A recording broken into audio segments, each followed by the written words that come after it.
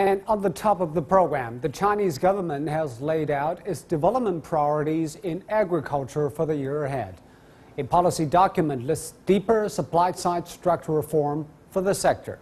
Well, the central government's #1 document is the first policy statement released every year.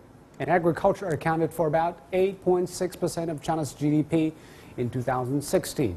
The #1 document lists major supply-side reforms such as inefficiency, excess capacity, and lack of cost competitiveness.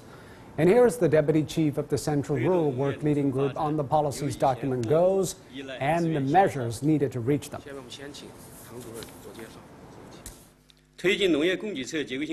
The main goal in pushing forward agricultural supply-side reform is to increase the income of farmers and ensure effective supply. We will optimize the supply structure with market-oriented measures and keep up with the upgrades in consumer demand. We must accelerate scientific and technological progress in agriculture and improve comprehensive competitiveness. Fundamentally, we need to deepen institutional reform and mechanism innovation in order to drive rural development. In short, we will promote agricultural and rural development by reform. We will change from relying on resource consumption, as in the past, and promote green and sustainable development and focus more on quality over quantity in the future. Well, this is actually the 14th year in a row that the #1 central document has been devoted to agriculture, farmers, and the countryside. Officials say supply must be guaranteed when pursuing supply-side reforms and ample nationwide grain output. Supply-side reforms also aim to increase the output of high-quality farm products.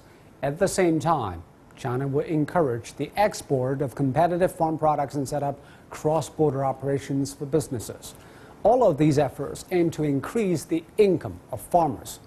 Well, last year, China's rural residents made just over 12,000 RMB per year in disposable income, although that is up 6.2% when compared with 2015.